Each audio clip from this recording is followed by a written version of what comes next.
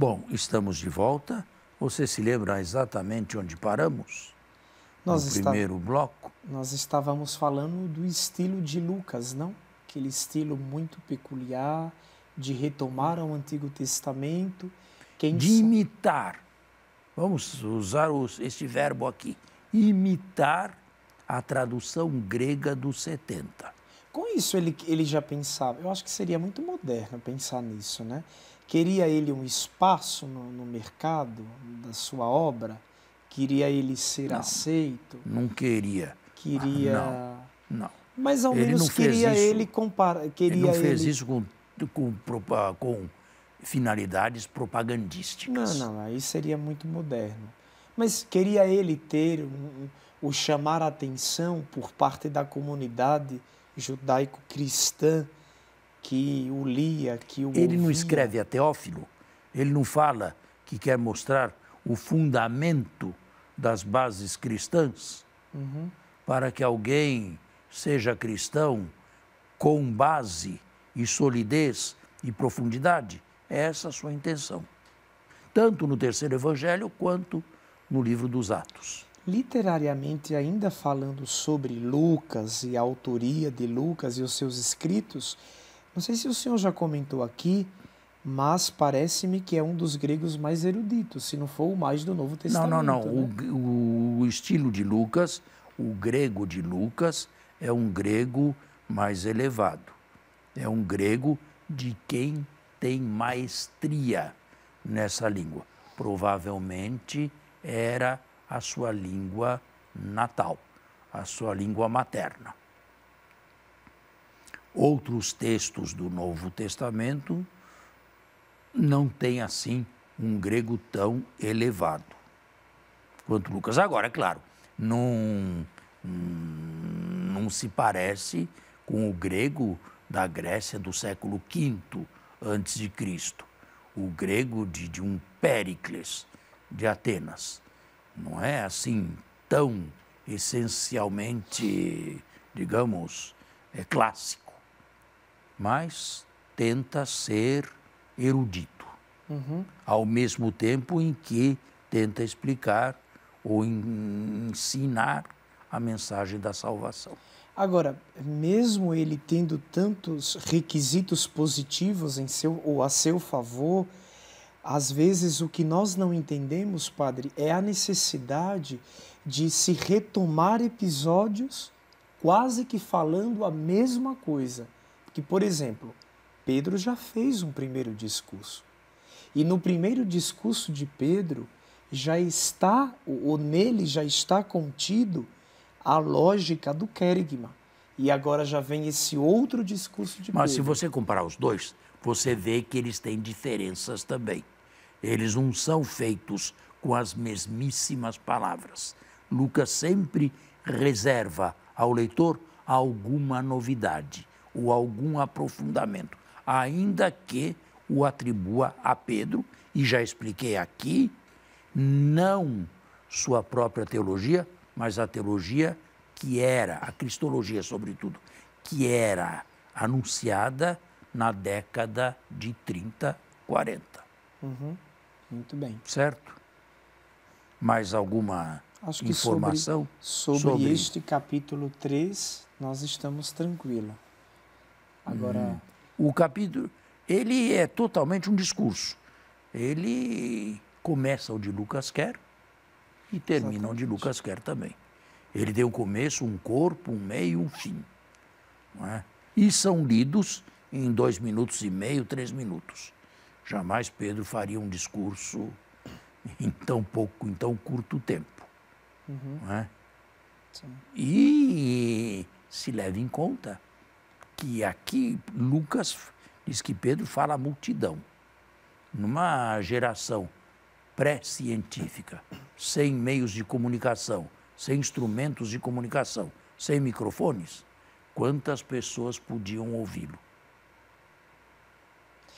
Daí também nós tocamos num ponto muito interessante, porque na igreja muitos dizem que e de fato a finalidade das escrituras é catequética. Então, se a finalidade da escritura é catequética... E só. Bom, e aí você coloca um ponto final, mas aí vem a minha pergunta.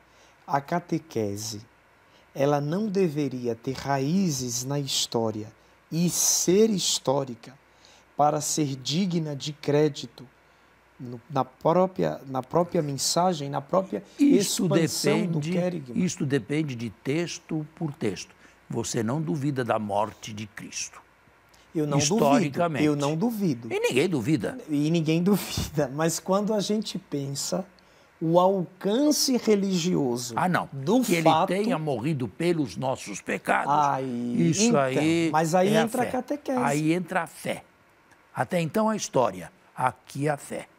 Mas eu não posso separar uma coisa da outra. É claro que você tem que separar, evidente.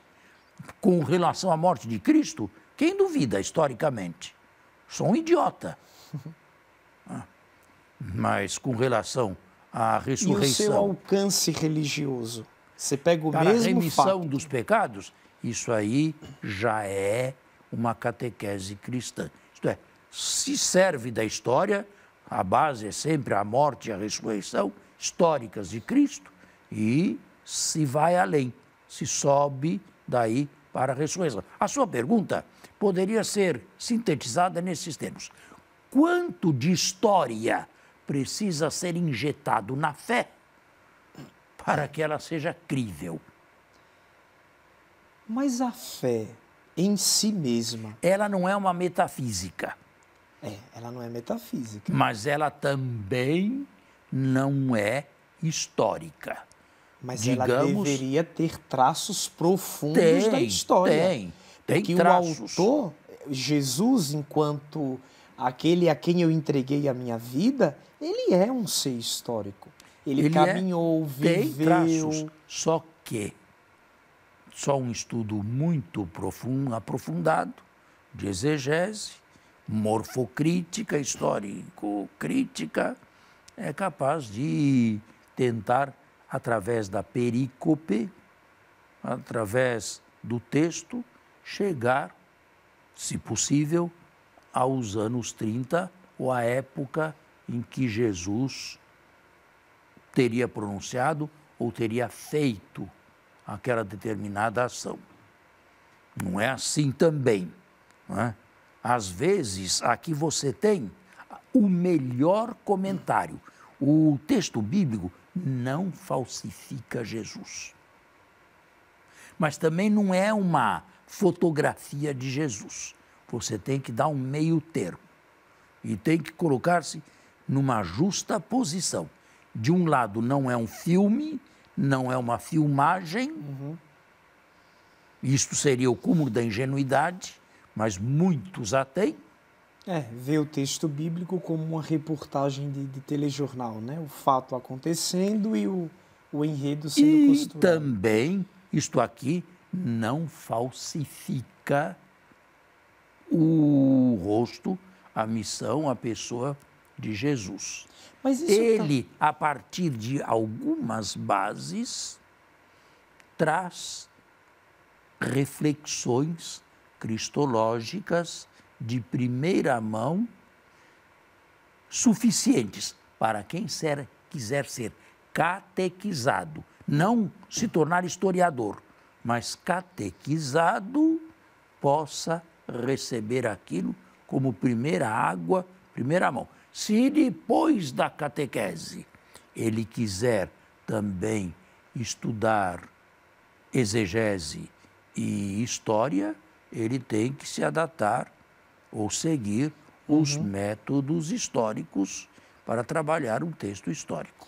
Mas, dependendo do modo como nós entendemos o texto, padre, a gente, quando vai entendê-lo na sua gênese e vivê-lo, sobretudo no hoje, a gente pode criar uma série de relativismos. Por exemplo, a gente pega a lógica e a estrutura do querigma.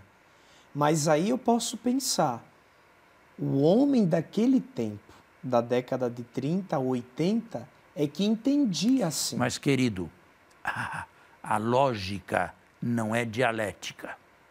Não é que uma fase corte com outra. E de tal modo que chegamos aqui e temos uma imagem completamente falsificada de Jesus no século XXI. Você lê o texto numa tradição.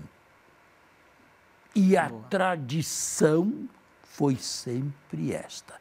Isto é uma segurança para você. Nunca se interpretou aquele texto, digamos, com outra finalidade, a não ser aquela que a tradição apostólica e pós-apostólica trouxe até nós. Então significa dizer que no ato de entender as Escrituras, necessariamente o crente, aquele que quer ser catequizado, ele tem um limite, ele tem um parâmetro, porque senão ele vai se perder. Ele tem as Sagradas Escrituras. Ele pode não ter estudos exegéticos. Mas ela falou uma coisa para Lutero que saiu do leito, por exemplo, quando você pega a história. Pois é, né? Mas você percebe bem a diferença dos leitos. Você percebe bem. Você não faz uma leitura avulsa e uma leitura solipsista, sozinha. Você faz uma leitura dentro de uma tradição. Quer um exemplo? Mas eu acho que nós não temos mais tempo. Temos ainda? Temos alguns minutinhos. Provavelmente, e para mim, muito provavelmente, para não dizer quase certamente, a parábola do bom samaritano foi criada por Lucas. Toda ela foi criada por Lucas. O estilo é lucano, a composição, a moldura é lucana. Agora, isso falsifica Jesus? Não. Jesus deve ter mostrado no seu estilo que se deve fazer o bem ao próximo.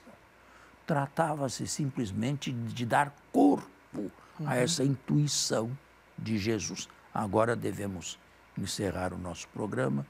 Estamos com o horário fechado.